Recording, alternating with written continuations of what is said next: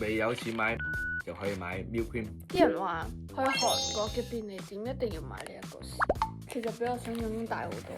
便利店買嘅嘢嚟講，佢都算大嚿嘅。佢大過你塊面啦吧？終於有嘢大過你塊面。恭喜恭喜！其實係咩嚟㗎？呢個係麵包，喺網上面成日見到啲人都係推介呢一個軟軟，我估佢係有牛奶咯，一係 milk。哇！好香麵包味，大到爭啲出唔到。你睇下，係足料嘅。我都係 cream 啊！係，我試下先。偷食㗎，我好食啊！基本上就係全部都係 cream，未有錢買麥片就可以買 milk cream。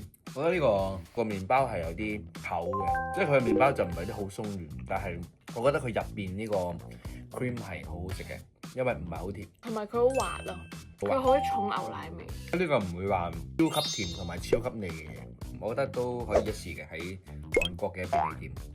佢 overload 啊！你睇下我隻手，cream overload 啊！嚇，有興趣就去韓國嘅時候就可以買下啦。認住佢。